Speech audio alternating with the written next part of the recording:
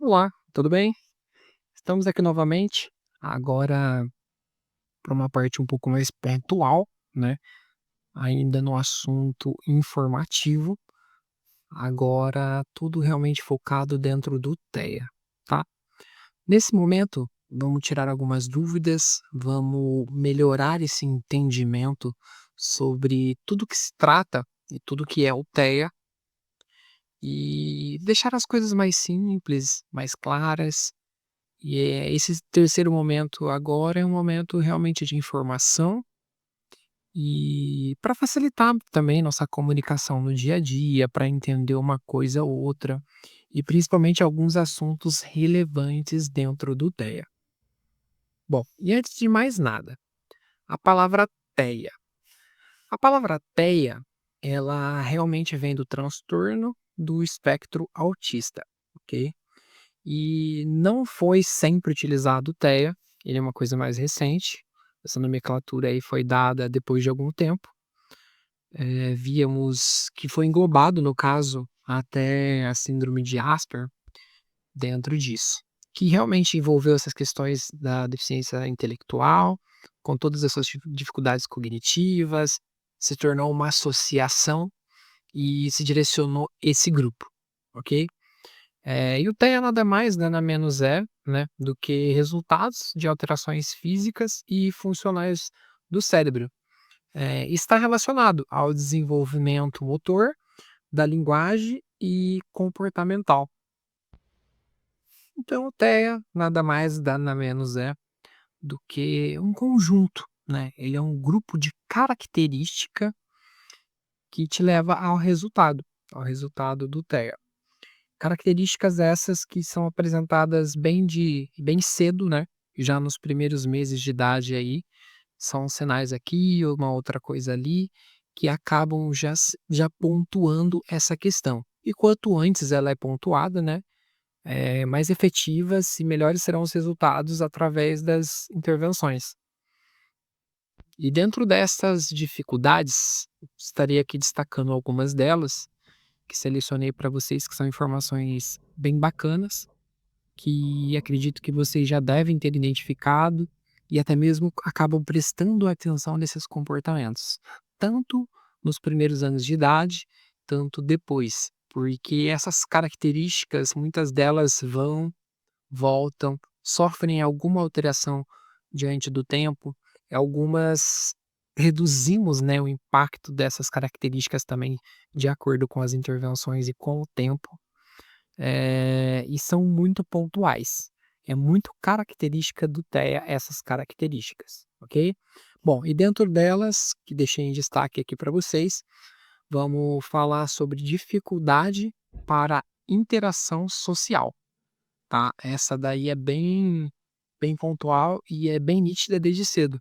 Aquela dificuldade de chegar próxima do colega, aquela dificuldade de ter uma troca com ele, que é uma coisa muito comum, né, é muito comum, principalmente na maioria dos casos acaba acontecendo, aquele desinteresse em ter uma troca realmente com ele. Manter o contato visual, essa questão do contato visual em um objeto, o contato visual através de uma comunicação, ele realmente você identifica que não tem essa questão. A gente faz um barulho, muitas vezes olha ou acaba não olhando, quando você conversa não olha no seu olho, muitas vezes apenas em alguns objetos de interesses que acaba passando. Podemos falar também, na identificação de expressões faciais e compreender gestos comunicativos. A expressão de tristeza, expressão de felicidade e até mesmo de dor. Muitas vezes está sentindo uma dor, mas não consegue comunicar essa dor, ou nem mesmo expressa essa questão facial. Esse sentimento não acaba sendo espelhado para o que está apresentando no seu rosto. Não entende certas conversas que são cínicas, ou que possuem duplo sentido, uma brincadeira ou outra. E principalmente nessa dificuldade pessoal de não só entender, mas também de expressar suas emoções. E isso acaba dificultando na hora de fazer amigos, né? porque tá nessa troca. Para ter um começo são as coisas afins, são trocas verbais, realmente essa junção que faz com que você crie um novo laço, e por não ter, eh, essa capacidade de expressão, muitas vezes um amigo acaba distanciando, e por isso acaba ocasionando realmente nessa questão exclusiva. Muitos grupos sociais, principalmente nos primeiros anos, eles são formados por afinidades e muitas vezes acabam realmente tendo essa exclusão. Temos também, aqui em destaque, a dificuldade na comunicação.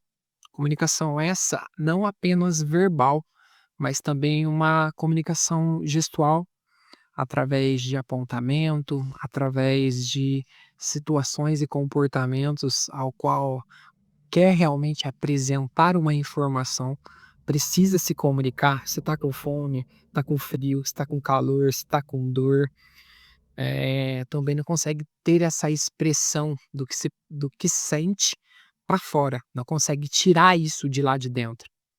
Também temos a caracterização do uso repetitivo de palavras.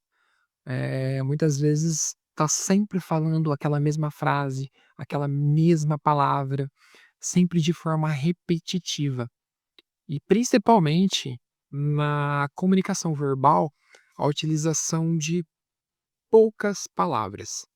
Uma frase realmente bem estruturada, ela acaba não vindo sempre. Então, muitas vezes tem o desejo de pegar uma bola e precisa se comunicar desse seu desejo. Muitas vezes, através de uma comunicação, não vai ser simplesmente eu quero ir pegar aquela bola, ou você pode pegar aquela bola para mim, mas muitas vezes a comunicação vai sair só um bola ou pegar, é sempre reduzido para poucas palavras. E também para entender as informações. Tanto que não é indicado a gente ter com essas crianças uma comunicação muito complexa, uma frase muito estruturada. Nós precisamos ser bem diretos e com redução de informação. Palavras simples, frases mais curtas, tá? Para não se tornar muita informação, para não ter que assimilar tudo que está sendo falado em grande escala. E principalmente a dificuldade para iniciação de uma conversa, a iniciação de um diálogo. Essa dificuldade de ter essa iniciativa é algo realmente muito complexo.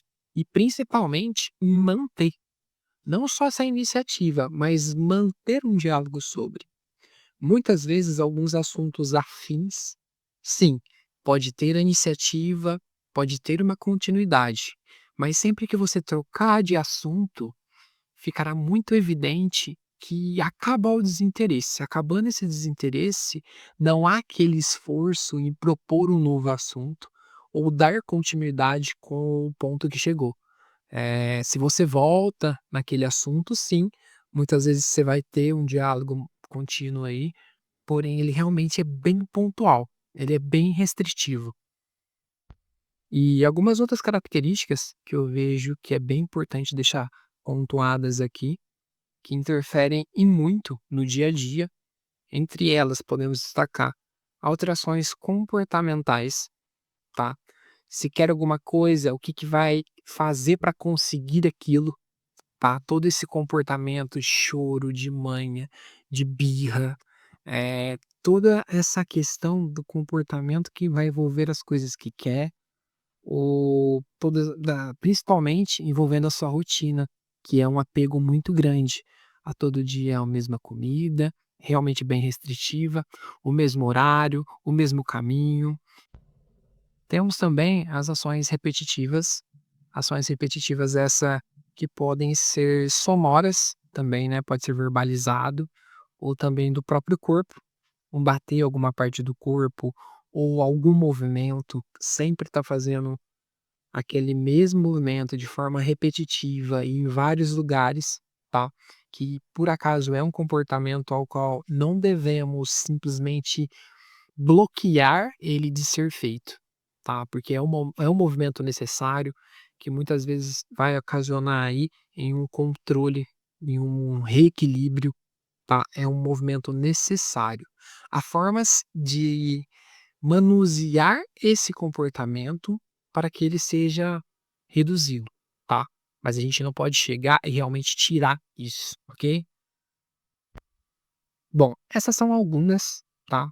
Da, da variedade aí de características que podem realmente ser identificadas desde os primeiros meses de vida, tá? E como eu falei com vocês, por se tratar de um transtorno, né, que é o transtorno do espectro autista, que vamos deixar isso bem pontuado, logo mais, ele realmente passa por algumas alterações, passa por intensidades, e isso vai ficar muito bem pontuado logo logo, ok? Mas realmente o TEA ele é uma coisa que a gente pode destacar aí como curiosa, tá?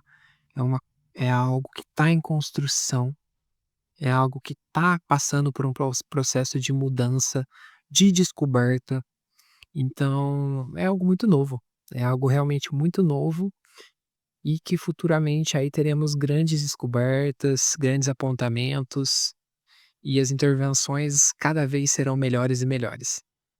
Bom, então convido já vocês para a próxima aula, ao qual teremos uma abordagem um pouco mais específica, ok? Então até logo.